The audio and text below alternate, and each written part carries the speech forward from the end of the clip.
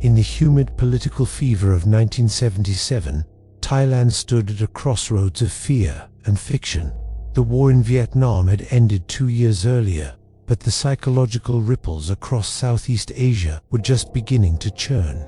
Thailand, with its long border with Cambodia and shared history of rivalry with Vietnam, found itself consumed by a new narrative, one of looming invasion, of communist takeover, of refugees as threats and enemies in disguise. In back rooms of Thai military command, in press briefings echoing with certainty, and in the headlines of newspapers spun for panic, an image took shape.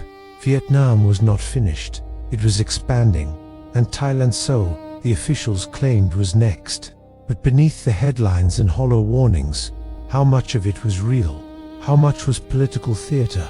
And how much was a smokescreen for Thailand's own ambitions and internal power games? This is the story of fear manufactured, of threats imagined, and of propaganda turned into policy. A chapter in Southeast Asian history where truth became a casualty and paranoia reigned. This is the untold campaign of 1977, Part 1. The year fear took root. Thailand's manufactured threat in 1977. In early 1977, Thailand's newspapers blared warnings of an impending communist storm. Vietnamese troops massing near border, screamed one headline. Another declared, refugees could be spies. Army cautions villagers. Too many in the Thai public. It seemed the next Indo-Chinese war was already at their doorstep. But what if these warnings weren't true? What if the Vietnamese invasion was never coming because it never existed in the first place? In the chaotic aftermath of the Vietnam War, the entire Southeast Asian region was in a volatile realignment. Vietnam had triumphed over both the US and South Vietnam, uniting the country under Hanoi's rule in 1975. Just months later, Cambodia had fallen to the Khmer Rouge. Laos too was swallowed by revolution. One by one, the dominoes fell, but not Thailand. Thailand remained an ally of the West, a monarchy with strong ties to the United States, and a proud opponent of communism. The Thai military, having spent decades fighting insurgents in the north and northeast, now feared the red tide from next door. Or at least, they wanted the public to believe they did. By 1977, the communist victories had created a massive refugee crisis. Over 150,000 people had fled Vietnam, Laos, and Cambodia, many crossing into Thai territory. Among them were ethnic Chinese, anti-communist civilians, former military personnel, and frightened families, escaping the brutality of regimes like the Khmer Rouge. But instead of sympathy, Thai authorities began portraying these refugees, not as victims, but as vectors of danger. Thai military intelligence began releasing statements suggesting that Vietnam was using the refugee crisis as cover for infiltration.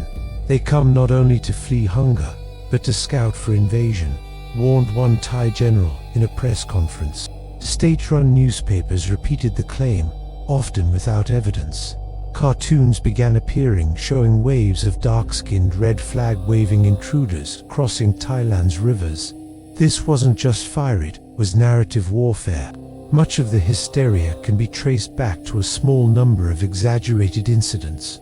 In April 1977, a group of Vietnamese fishing boats was reportedly spotted off Thailand's southeastern coast near Trat province. Though the boats were small and carried no weapons, Thai press reports called them a preliminary naval force. Days later, a border skirmish occurred near Aranyol Prathet, where Thai soldiers claimed to repel armed Vietnamese infiltrators. No casualties were reported, and no weapons were recovered. Yet this incident was cited for months as proof of Vietnamese aggression. The Thai government responded with military maneuvers along the Cambodian frontier. Troops were repositioned, checkpoints multiplied. Villagers in eastern provinces were told to remain vigilant for foreign agents. Young men were conscripted into paramilitary groups. And through it all, Thai radio and print continued repeating the refrain, "Vietnam is preparing to move west." In truth, Vietnam in 1977 was in no position to invade anyone. The country was devastated, its economy in ruins, Its military stretched thin, occupying and suppressing rebellions in the south. At the same time, it was beginning to clash with its former ally, the Khmer Rouge, over border disputes and ideological differences. Far from preparing to attack Thailand, Vietnam was sinking into a new conflict with Cambodia, but these facts rarely made it into Thai headlines. What did was suspicion, fear, and increasingly, racism. Refugees from Vietnam, particularly the ethnic Chinese, were viewed as foreign, untrustworthy, and criminal. Rumors spread that boat people were bringing disease, stealing from Thai markets, or colluding with communists. Some Thai officials even claimed that Vietnam had an organized plan to send mixed families with Vietnamese fathers and Lao mothers to infiltrate Isan villages and sow dissent. It was nonsense, but effective nonsense. The propaganda worked not because it was convincing, but because it served a purpose. Inside Thailand, 1977 was a year of political uncertainty. The military had lost face in the aftermath of the 1973 student uprising and the 1976 Thammasat University massacre. Civilian politicians jockeyed for power, and the country was still trying to define its post-American role in the region. For the Thai military, the threat of Vietnamese invasion offered a convenient unifying enemy. It allowed generals to claim authority in defense of the nation. It justified increased military spending and surveillance, and it distracted from internal corruption, repression, and unrest. At the same time, Thailand's Cold War alliance with the United States was shifting. American troops had largely withdrawn. Aid had declined. But in Washington, anti-communist sentiment was still high. By exaggerating the Vietnamese threat, Thai officials positioned themselves as indispensable allies in the new front line. Intelligence briefings sent to US diplomats emphasized the risk of Vietnamese expansionism. Some American officials accepted these claims at face value. Others were more skeptical, noting the lack of concrete intelligence behind the Thai assessments. But the narrative stuck. In border towns like Surin and Sisaket, local officials were told to prepare for the worst. Emergency drills were held. Some schools were briefly closed. Posters warning about enemy saboteurs were placed in train stations. Thai citizens began to distrust foreigners and even their own countrymen with Vietnamese ancestry. Cambodian refugees became targets of suspicion, especially as conflicts along the Thai-Cambodian border intensified in the coming years. The media played a central role in amplifying this campaign. Headlines regularly repeated military statements without investigation. Thai radio aired dramatized accounts of villages attacked by Vietnamese agents, complete with gunfire, sound effects, and panicked villagers. A popular film in late 1977 portrayed Vietnamese soldiers disguising themselves as monks to sabotage Thai infrastructure. It was fiction, but people believed it. Some journalists who questioned the official story found themselves pressured, threatened, or sidelined. Independent investigation was rare. Censorship wasn't always necessary. Self-censorship did the job just as well. Fear sells, after all. And in 1977, fear was Thailand's most profitable export. Yet beneath this orchestrated panic, there were voices of dissent. Some Thai academics warned against demonizing refugees. A few parliamentarians questioned the lack of evidence for Vietnam's alleged plans. Even some military analysts quietly admitted that Hanoi had neither the resources nor the motive to attack Thailand. But these voices were few, and drowned out by the growing chorus of nationalist fervor.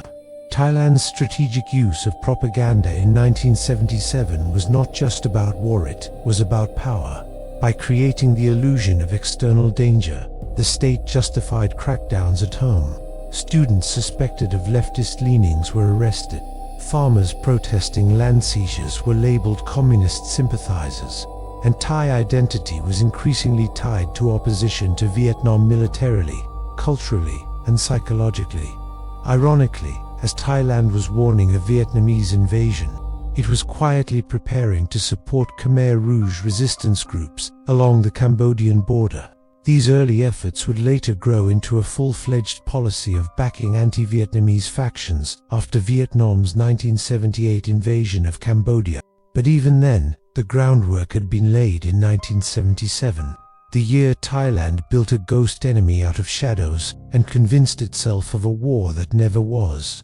This is not to say Thailand faced no threats. The region was unstable. Vietnamese border clashes with Cambodia were real.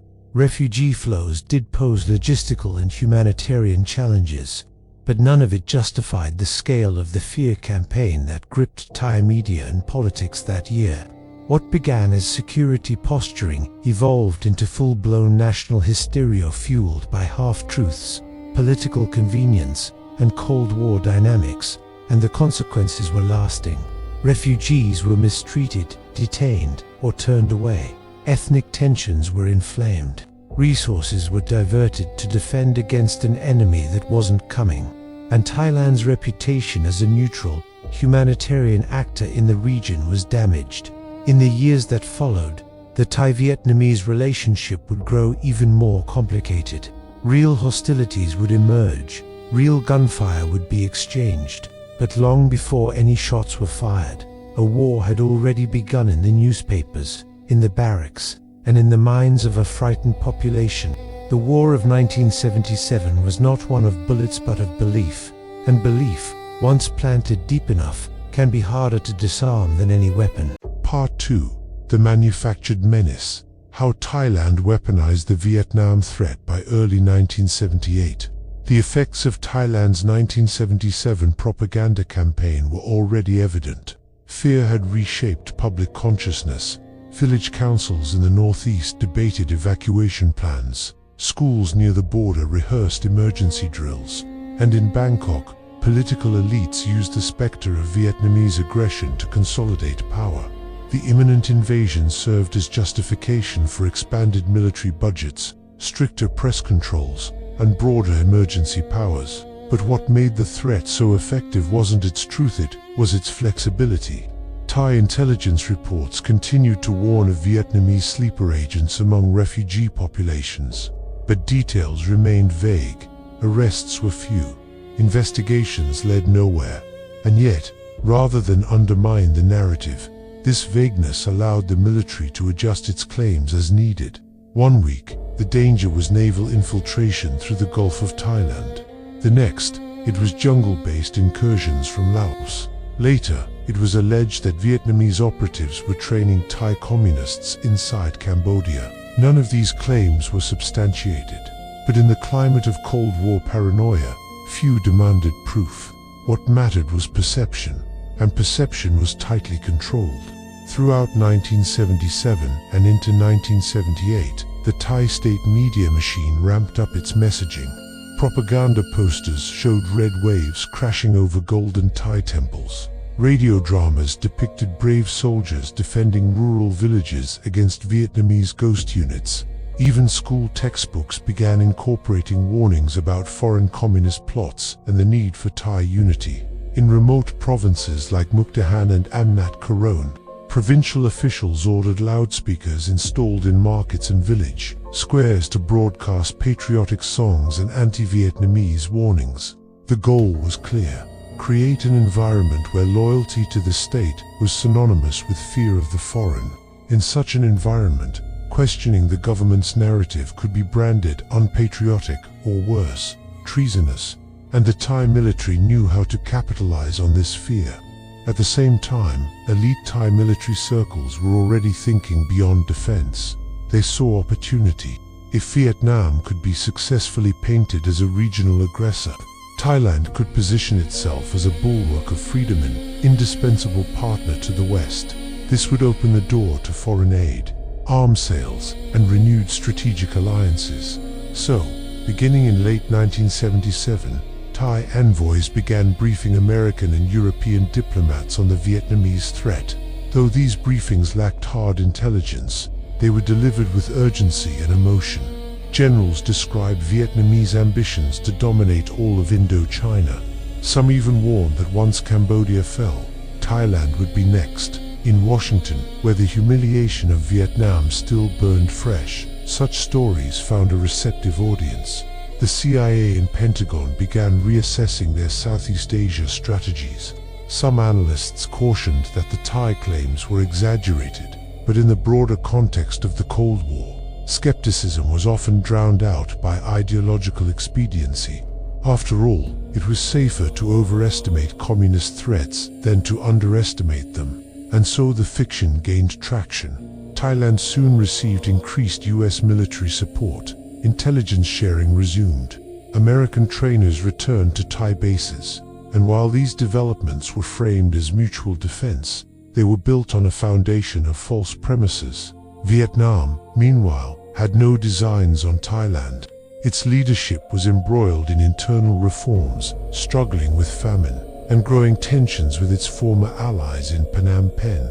Indeed, the real war was developing between Vietnam and Cambodian, or Vietnam and Thailand, but Thailand had already set its course. Ironically, while Thai media painted Vietnam as an expansionist villain, Bangkok quietly began arming and sheltering Cambodian resistance fighters. This included factions aligned with the Khmer Rouge despite the atrocities committed by that regime. Why? Because after Vietnam invaded Cambodia in December 1978 to topple Pol Pot, Thailand saw a new opportunity. The Vietnamese intervention, though aimed at ending genocide, was framed in Thailand as proof of Hanoi's imperial ambitions. It didn't matter that Vietnam was liberating Cambodia from one of the most brutal regimes in history. In Thai headlines, the invasion was painted as conquest. This created a strange paradox. Thailand, which once claimed it feared Vietnam would attack, now allowed Khmer Rouge units defeated and retreating to regroup in its border regions. These fighters, despite being responsible for mass murder, were suddenly seen as allies of convenience. They were anti-Vietnamese. That was enough. Thailand's border regions soon became staging grounds. Humanitarian corridors were established, but these were often exploited by armed groups. Western journalists visiting the Thai-Cambodian frontier in 1979 reported seeing military trucks delivering food and medicine by day and weapons by night. The Thai military denied involvement, but the truth was hard to hide. Refugee camps such as Nong Chan and Site 8 became semi-militarized zones. Fighters moved in and out with relative ease. Some aid organizations began to protest, warning that relief supplies were being diverted for combat purposes. But Thai officials brushed off the criticism, insisting they were merely providing humanitarian support. The hypocrisy was glaring. Thailand had claimed it feared a Vietnamese invasion in 1977. Now, just 2 years later, it was harboring groups actively fighting Vietnam on Cambodian soil. What had changed? Not Vietnam's behavior, but Thailand's strategy. The propaganda of 1977 had done its job. It had prepared the Thai public to see Vietnam as the enemy, no matter the circumstances. So when Thai foreign policy shifted from defense to proxy engagement, there was little domestic pushback. The fear was still alive, and fear is a powerful weapon. Meanwhile, Vietnam had achieved its short-term goal of removing Pol Pot, but the cost was high. Its army was now bogged down in Cambodia, facing endless guerrilla attacks. Thailand, with US backing, helped turn these attacks into a grinding quagmire. The same border regions once threatened by Vietnamese invasion became launchpads for resistance, and Thai media. It celebrated the resilience of Khmer fighters, conveniently omitting their genocidal past. This manipulation of narrative continued into the early 1980s. Thai textbooks taught students that Vietnam had always sought to dominate its neighbors. Historical grievances dating back centuries were revived. Politicians gave speeches about Vietnamese treachery, drawing on a mix of myth, memory, and misinformation. Few questioned whether the threat was ever real. Fewer still asked why Thailand had supported the Khmer Rouge. The public had been conditioned to believe in danger and to forget contradiction. But not everyone was deceived. Some international observers began documenting the inconsistencies. Reports from Amnesty International and Human Rights Watch highlighted the abuses in Thai refugee camps, the manipulation of aid, and the covert rearmament of defeated Khmer Rouge factions. Leaked U.S. diplomatic cables admitted that Thai intelligence had exaggerated Vietnamese plans in 1977. Even some Thai journalists, working under pseudonyms, published critical accounts, but these voices were drowned out by a louder chorus one that still echoed the fear first sown in 1977. What began as political theater had morphed into regional strategy, and its effects were profound. Thousands of Vietnamese and Cambodian refugees suffered due to false assumptions. The Thai public lived under a veil of suspicion. Relations between Thailand and Vietnam remained frozen for years, poisoned by mistrust. And a brutal regime, the Khmer Rouge, was given a second life, not because anyone believed in its cause, but because Thailand had painted itself into a corner. To this day, the events of 1977 are rarely discussed in Thailand. Official narratives focus on the post-1979 border conflicts, ignoring the fact that the first shots were never fired by Vietnam, but by Thai imaginations. The invasion that never came was far more useful than one that might have. The feared campaign allowed generals to tighten their grip. It provided a justification for US support. It turned Thailand into a Cold War frontline by choice, not necessity. And it obscured the real danger that stalked Southeast Asia, not Vietnam's tanks, but the ghosts of propaganda, manipulation, and political convenience. In the end, the Vietnamese invasion of Thailand never happened, but the damage done by pretending it would was real and lasting. Thailand's 1977 fear campaign was not merely a misunderstanding, it was an intentional, strategic deception, one that cost lives, corrupted truth, and altered the course of regional history. And for the countless refugees caught in its shadow, it became one more chapter of suffering written, not by soldiers, but by storytellers with an agenda. Part 3. Consequences of a Lie. How manufactured fear reshaped Southeast Asia as the 1980s began. The lie forged in 1977 did not fade, it hardened into doctrine. Thailand, having successfully painted Vietnam as a rogue aggressor, entrenched this perception into its national memory. Military policy, foreign diplomacy, refugee management, and even historical education were now anchored around the myth of the Vietnamese threat. And though no Vietnamese invasion of Thailand ever occurred, the damage of that fiction echoed through every corner of Southeast Asia. One of the most tragic results of this propaganda campaign was the treatment of refugees. By late 1978 and into 1979, hundreds of thousands of Cambodians, Vietnamese, and Lao had fled the collapsing regimes of their homelands. Some escaped from Khmer Rouge killing fields, others from Vietnam's internal purges, and many simply sought food and survival. But in the eyes of Thai border authorities, these people weren't victims, they were potential infiltrators. Refugee camps swelled, but conditions remained inhumane. Barbed wire fences surrounded makeshift shelters, and foreign aid was often intercepted by corrupt intermediaries. Worse, Thai forces were accused of turning away entire columns of fleeing civilians, sometimes at gunpoint, claiming the refugees were suspected communists. Several massacres were reported on the Cambodian-Thai frontier. In some cases, Thai soldiers pushed refugees into minefields or forced them back into combat zones. Human Rights Watch and Amnesty International documented these abuses in detail. But the Thai military simply replied, "We cannot risk Vietnamese agents slipping through." This narrative of fear of invisible saboteurs was born in 1977 and never relinquished.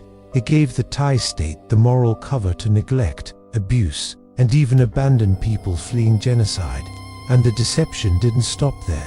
By the early 1980s, Thailand became a crucial staging ground for Cold War proxy warfare, with Vietnam now entrenched in Cambodia, struggling to fight off multiple factions of Cambodian resistance. The Thai military, with US and Chinese support, facilitated the arming and training of those insurgents. Among these groups were remnants of the Khmer Rouge. Despite being responsible for one of the worst genocides of the 20th century, they were again allowed to operate along Thai soil, protected by the same military that claimed to fear Vietnamese aggression. This dangerous double game decrying Vietnamese expansion while enabling genocidal proxies remained an open secret among global intelligence circles. In Washington, diplomats quietly admitted that Thai generals had overplayed the threat of invasion. But the bigger picture was Cold War containment, and so the lie remained useful. To challenge it would be to acknowledge complicity in arming war criminals. Inside Thailand, however, the propaganda continued to evolve. By the mid-1980s, the 1977 invasion fear was taught in schools as historical fact. Generations of Thai students were told that Vietnam had been poised to conquer Thailand, but had been deterred by Thai strength and Western alliances. This narrative erased the truth that Vietnam had no plans to invade, and that the only reason for its military intervention was to end the Khmer Rouge's mass slaughter. The Thai media, which in 1977 had spread rumors of Vietnamese tanks near Ubon, never apologized or corrected the record. Public memory calcified around myth, and while the war in Cambodia dragged on, Thailand remained officially neutral yet deeply entangled. By hosting, funding, and shielding guerrilla fighters, Thailand helped prolong the bloodshed. Tens of thousands more Cambodians died in the crossfire. The region remained unstable, and the Vietnamese economy, already shattered by war, sank deeper into crisis. But what did Thailand gain from this grand deception? Firstly, geopolitical leverage. By posing as a frontline state against Vietnamese aggression, Thailand attracted billions in Western military and economic assistance. US bases quietly returned. Intelligence cooperation deepened. Military hardware flowed in. The narrative of Vietnam as a common enemy unified Thai-American relations, even after the US retreat from Indochina. This renewed partnership gave Thailand regional clout and internal security. Secondly, domestic control. The fear campaign allowed Thailand's ruling military elites to justify martial law measures, media censorship, and crackdowns on dissent. Civil society groups that questioned the narrative were accused of being pro-Vietnamese or communist sympathizers. In rural regions, entire communities were displaced or surveilled, accused of harboring enemy ideology. Fear silenced protests, and the generals stayed in power. Finally, strategic depth. By manipulating the refugee crisis and hosting anti-Vietnamese factions, Thailand ensured that any future confrontation with Hanoi would not occur on its own soil.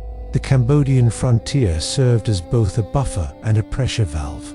The more chaos festered there, the less likely Vietnam was to stabilize its new client regime. In a twisted way, instability became security for Thailand. Yet not all Thai citizens supported these policies. Dissident academics, journalists, and activists began raising their voices in the late 1980s, calling out the hypocrisy of aiding Khmer Rouge elements while demonizing Vietnam. But they faced harassment, surveillance, and even arrest. The lie of 1977 had grown too large. To question it now was to undermine national pride, military honor, and decades of foreign policy. Internationally, the narrative began to unravel by the early 1990s, with the Cold War's end and Vietnam's withdrawal from Cambodia in 1989. The pretext for continued hostility vanished. The Cambodian peace process, led by the UN, exposed the brutal legacy of the Khmer Rouge and the role various nations had played in its survival, including Thailand. Documents surfaced proving that Thai intelligence had knowingly protected Pol Pot's forces during their border exile. American and Chinese support was also revealed. What had once been a propaganda tool, the fear of a Vietnamese invasion, now stood exposed as a cover for political opportunism and moral compromise. Thailand quietly shifted its position. The government began normalizing relations with Vietnam in the early 1990s. Trade agreements were signed. Embassies reopened. Cambodian resistance groups lost their Thai sanctuaries. but the official story of 1977 was never corrected. In textbooks, it remains a chapter of national vigilance, not national fabrication. And the victims, the thousands of refugees turned away at the border, the Cambodian civilians caught between fire zones, the Vietnamese diplomats smeared as agents of conquest, their stories remain largely untold in Thai public memory. The silence speaks volumes. This legacy of deception and fear did not just distort history, it actively reshaped it. By fanning paranoia, Thai leaders gained power and profit, but they also prolonged war, empowered monsters, and allowed a generation to grow up believing in threats that never existed. The 1977 Vietnamese invasion that never happened changed the course of Southeast Asian history more than some real invasions ever did. It taught the region that perception, when weaponized, can be more dangerous than armies. It showed how fear, once planted, can grow into policy, into warfare, into death, and it left a scar that endures hidden behind the official smiles of diplomacy, buried under silence, but very much alive in the lived memories of those who suffered in its shadow. Propaganda is not just a tool of war. Sometimes it is the war, and in the case of Thailand's 1977 fear campaign, it went at the cost of the truth, at the cost of humanity, and at the cost of history itself. Until next time, stay safe, and see you in the next history.